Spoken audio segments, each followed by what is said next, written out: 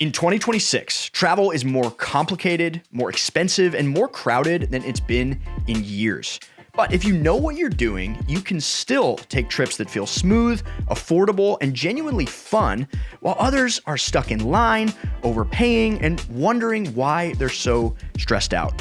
One of my travel heroes, this guy, says it best. If you want an A trip, be an A student. So here are 6 things you can do this year to get ahead of most travelers and make this your best year of travel yet. First off, there have been several recent and significant changes to many of the rules of travel, if you will. And if you miss them, you're going to pay with money, time, or your whole trip. I'm going to rapid fire through some quick examples here.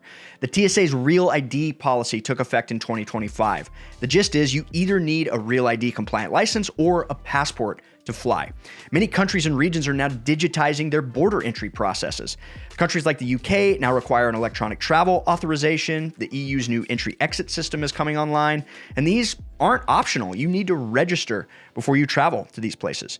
If you're traveling internationally, please double check your passport's expiration date and make sure you have at least 6 months validity before it expires. Some countries will not let you in otherwise. And please do not get your travel information from AI-generated content on YouTube. This is a huge plague on the platform right now. Make sure your information is coming directly from sources you actually trust. Beyond the rules, a major shift is simply crowding. Last year, Europe broke its own tourism record, 756 million visitors. Barcelona alone gets 32 million overnight visitors annually. Post-pandemic, revenge travel is still driving massive tourism numbers everywhere, and it feels like the era of being able to wing it with your plans is over. Here's how you stay ahead of the crowds without losing your mind. First, don't overlook simply visiting less popular places. Stay in second cities or outside the main tourist drag. Next, rethink shoulder season. April and May, September and October, these used to be the sweet spots. But as more and more travelers catch on, even those months are starting to feel packed. So consider going even further off peak. Third, watch the calendar. A major festival can destroy your budget and just how crowded a place feels. For example, the World Cup is scheduled to take place in North America this year. Unless you have tickets, I would avoid the host cities on game days. Prices are going to be insane and transit is going to be gridlocked.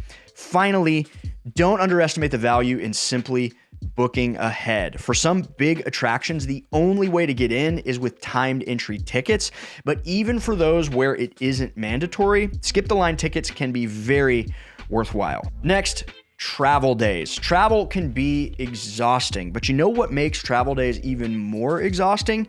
Decision fatigue. Making 100 tiny decisions while you're jet lagged, hangry, and just landed in an unfamiliar place. So here's how to eliminate most of that stress before you ever leave home.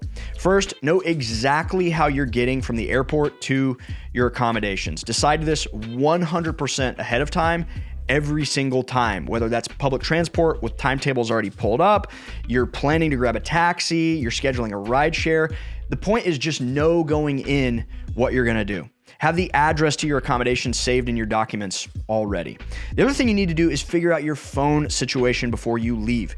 Does your home carrier offer an international plan? Are you going to rely on Wi-Fi?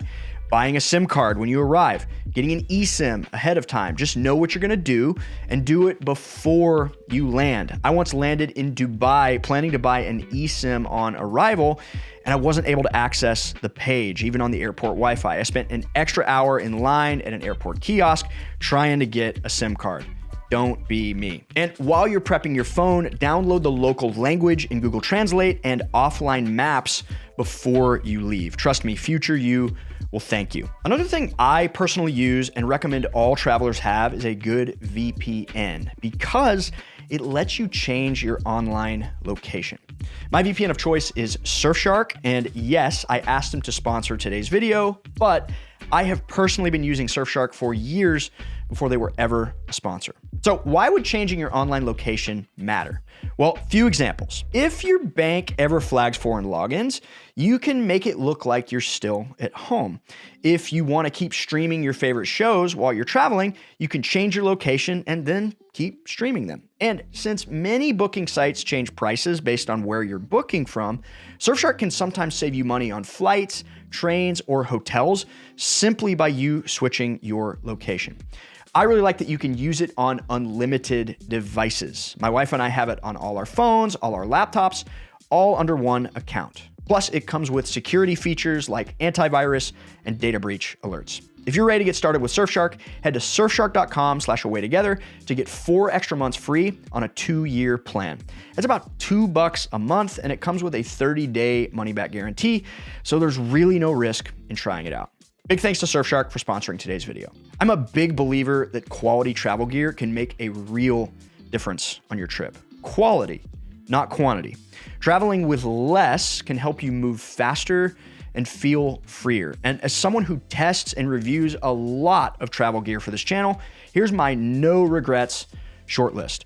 Good headphones, a quality set of earplugs, an eye mask, a little phone stand like this one, great for watching a movie on the plane or grabbing a quick photo. Packable day pack. This is a second bag that's very useful on the ground, but it completely disappears into your bag when you don't need it. This elastic belt that you don't have to take off at airport security. It's a small win, but if you fly a lot, you're gonna appreciate it. Not exactly gear, but an investment that pays off. Trusted traveler programs, TSA PreCheck, Global Entry, Clear. These just help you move faster through the airport. Last but not least, a quality travel bag. Whether this is a suitcase or a backpack, you will not regret investing in a quality bag. And honestly, you don't have to spend a lot. You can do extremely well for between $100 and $300. That range right there is going to get you higher quality materials and in a lot of cases, a lifetime warranty. For hard-sided suitcases, Bellroy's Transit Carry-On is our #1. For soft-sided, Travel Pro's Max Light 5 is excellent and it's under $150. For backpacks, the Air Travel Pack 3 is the best all around, but the Osprey 26+6 and TomTalk Navigator Lightweight are both $100 or less and are also fantastic. We review a ton of bags on this channel, so if you're not already subscribed, be sure to do that. And if you're carrying on, make sure your bag actually fits on your flight. Here in the USA, people are very used to bringing huge bags on board, but as more travelers get wise to carry on only, overhead bins are fuller than ever, and even domestic airlines that were once pretty lax about their carry-on policies are now enforcing their policies a bit more strictly. I got tired of researching all the different airlines' policies, so my team and I built a free tool that has every major airline's carry-on and personal item policies, including measurements and weights. You can use it to look up your airline's policy or punch in the dimensions of a bag you're thinking about buying to see what airlines it fits on. I've linked it below, and you can also scan the QR code here on the screen. Now, all of that stuff, rules, travel days, gear, it's really about one thing, removing friction. But there's one more place people create a ton of stress for themselves, and it's the itinerary. The worst trips are the ones where the itinerary is way too packed. Trying to fit 4 or 5 cities in 10 days, spending a combined total of 2+ days in airports, on trains, or behind the windshield of a car. Here's my challenge to you this year. Slow down. Build in some down days. Challenge yourself to drop one location from your itinerary. I have never regretted doing this. Embrace JOMO, the joy of missing out. You do not need to see everything. That same travel hero from earlier says, assume you'll come back. You need to actually enjoy what you're gonna see. Have enough planned that you know you'll get your money's worth, but leave some margin for spontaneity. For every place you visit, go in with your list of must-see or must-do sites and activities, and then a list of other nice-to-see things. If you don't get to those secondary items, that's fine. I would default to scheduling one major timed activity per day and leaving the rest of your schedule somewhat fluid. Maybe fill in the gaps with some of those nice-to-see things, but if you don't hit them, it's not the end of the world. Now that your trip is designed to feel good, here's how to make it affordable. One easy hack is to go where your money goes further. Our trip to Sarajevo last year was arguably more fun than our trip to Switzerland, and it cost about a fifth as much. We've created several videos on inexpensive destinations to visit, which I'll link in a playlist down below. The other way to stretch your budget is points and miles. Many people think that this is a scam or it's too good to be true, but the truth is credit card companies offer massive welcome bonuses, sometimes 60,000, 80,000, even 100,000 points when you spend a certain amount in the first few months. Those points can then be transferred to airlines, hotels, often at a much better value than booking directly through the card's travel portal. The key is earning those transferable points currencies that give you the flexibility to transfer to whichever airline or hotel has the best redemption for your trip. I have personally used points and miles to redeem over $150,000 worth of travel experiences.